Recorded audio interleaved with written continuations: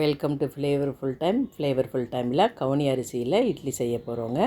இந்த இட்லி கவுனி அரிசியை நம்ம தண்ணியில் ஊற வச்சு ஆட்டி செய்யாமல் எல்லாம் கழுவி ஒரு வாட்டி நம்ம அரைச்சி டப்பாவில் எடுத்து வச்சிட்டோன்னாக்கா நமக்கு தேவையான போது நாள் கரைச்சி வச்சுட்டு மறுநாள் காலையில் ஊற்றலாம்.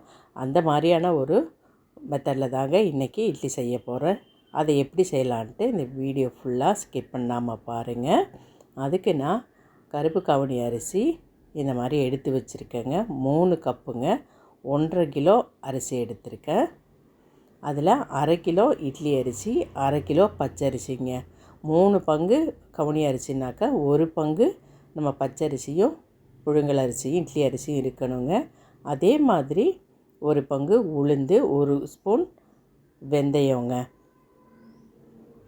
3 இதே அளவுலேயே நீங்கள் எடுத்து வச்சுக்கோங்க. இப்போ பச்சரிசி, இட்லி அரிசி, கவுனி அரிசி இந்த 3ஐயும் ஒன்றா சேர்த்து கழுவிக்கலாம். வெந்தயமும் உளுந்தும் தனியாக கழுவி எடுத்து வச்சுருக்கேன். இந்த மாதிரி கழுவி எடுத்து வச்சுருக்கேங்க. நல்லா கழுவிட்டு நல்லா வெயிலில் தனித்தனியாக நம்ம காய வைக்கணுங்க. அதனால தான் தனித்தனியாக கழுவி நல்லா தண்ணியை வடிகட்டிட்டு எடுத்து வச்சுருக்கேன். ஊரெல்லாம் வைக்க தேவையில்லை, நீங்கள் நல்லா கழுவிட்டு மட்டும் எடுத்துக்கோங்க. இப்போ நம்ம மொட்டை மாடியில் நல்லா வெயிலில் இந்த மாதிரி காய வச்சுருக்கேன் பாருங்கள். காய வச்சதே உங்கள்கிட்ட காமிக்கிறேன். தனித்தனியாக தான் நான் காய வச்சுருக்கேன். நல்லா ஒரு நாளைக்கு காஞ்சாவே போதுங்க. காலையிலே போட்டுருங்க, சாயங்காலம் எடுத்துருங்க. மிஷினில் கொடுத்து இந்த மாதிரி அரைச்சி எடுத்து வந்த பிறகு நல்லா மாவு ஜல்லடையில் ஜல்லிச்சு டப்பாவில் எடுத்து வச்சுட்டாங்க. நம்ம மிஷினில் அரைக்கும்போது உளுந்து மாவு நல்லா தனியாக ஒரு வாட்டி அரைச்சிட்டு அரிசி மாவை கொஞ்சம் குறைன்னு அரைச்சி கொடுக்க சொல்லுங்கள். அப்போ ரெண்டையும் ஒன்றாவே கலந்துருங்க. இப்போ நான் ஒரு கப்பில் 2 கப்பு, சின்ன கப்பால் தாங்க, ஒரு 2 கப்புங்க, ஒரு 200 கிராம் அளவுக்கு இருக்கும். அதில் கொஞ்சமாக அதுக்கு தேவையான அளவு உப்பு போட்டு தண்ணி விட்டு கரைச்சி எடுத்து வச்சுக்க போகிறேன். விஸ்கை வச்சு மிக்ஸ் பண்ண அது எனக்கு கம்ஃபர்டபுளாக இல்லை. எப்படி இருந்தாலும் நம்ம கையை வச்சு மிக்ஸ் பண்ணி வச்சாதாங்க மாவு நல்லா புளிக்கும். நான் நைட்டு புளிக்க வைக்கிறேங்க, மாவு கரைச்சி வைக்கிறேன் காலையில் இட்லி ஊற்றுறதுக்கு. உங்களுக்கு நைட்டில் வேணும்னாக்கா காலையிலேயே இதை மாதிரி நல்லா மிக்ஸ் பண்ணி வச்சுருங்க. ஒரு 8 மணி நேரமாவது அது புளிக்கிறதுக்கு டைம் தேவைப்படுங்க. கையால் கரைச்சாதாங்க உங்களுக்கு மாவு புளிக்கும். அதனால் கண்டிப்பாக நீங்கள் கையை நல்லா கழுவிட்டு மிக்ஸ் பண்ணி எடுத்து வச்சுக்கோங்க.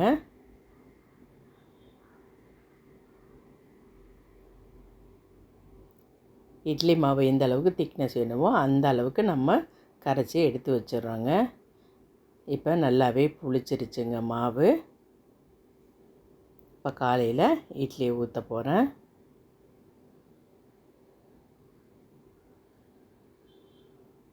மாவை ஒரு மிக்ஸ் பண்ணிவிட்டு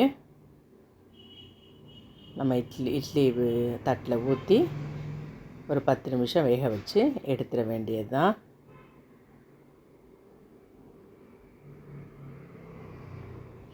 இதுக்கு தேங்காய் சட்னி தாங்க ரொம்ப அட்டகாசமாக இருக்கும்.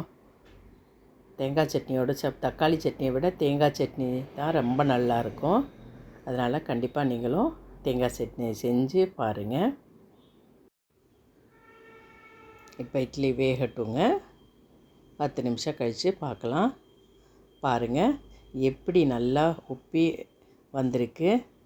ரொம்ப சாஃப்டாக அருமையாக வந்திருக்குங்க. அப்படியே தட்டில் நான் சூடாகவே தட்ட ஆரம்பிச்சிட்டேன். நீங்கள் கையில் லேசாக தண்ணியை தொட்டுட்டு எடுத்து விடுங்க. அவ்வளோ பந்தாக அவ்வளோ டேஸ்ட்டாக வந்திருக்குங்க. ரொம்ப சத்தானதுங்க. எப்போ பார்த்தாலும் வெறும் அரிசியிலே அந்த மாதிரி பண்ணுறதுக்கு நீங்கள் இந்த மாதிரி கருப்பு கவுனி அரிசியில் இட்லி செஞ்சு பாருங்கள். இந்த மாதிரி கூட அடிக்கடி அரைக்க முடியலனாக்கா நீங்கள் இந்த மாதிரி மிஷினில் கொடுத்து அரைச்சி வச்சுக்கோங்க. கண்டிப்பாக நீங்களும் ட்ரை பண்ணி பாருங்கள். பார்த்துட்டு எப்படி இருக்குன்னு எனக்கு கமெண்ட்ஸில் சொல்லுங்கள். உங்களுக்கு பார்க்கும்போதே தெரியும்னு நினைக்கிறேன். பாருங்கள், பிச்சு காமிக்கிறேன். எவ்வளோ சாஃப்டாக இருக்குது இட்லி. இப்படி மாவை மிஷினில் கொடுத்து அரைச்சி எடுத்து வந்த இட்லியை இவ்வளோ சாஃப்டாக வந்திருக்குன்ட்டு நம்பவே மாட்டீங்கங்க. கண்டிப்பாக நீங்கள் ட்ரை பண்ணி பாருங்கள். நானும் ஃபஸ்ட் டைம் இதை ட்ரை பண்ணி பார்த்துருக்கேங்க.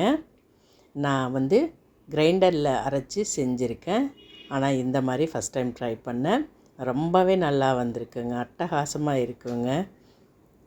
ட்ரை பண்ணி பாருங்கள். பார்த்துட்டு எனக்கு கமெண்ட்ஸில் சொல்லுங்கள். பிடிச்சிருந்தா லைக் பண்ணுங்கள், ஷேர் பண்ணுங்கள். மறக்காமல் வீடியோவை ஷேர் பண்ணுங்கள். வீடியோ பார்த்த எல்லாருக்கும் ரொம்ப ரொம்ப நன்றி. தேங்க்யூ.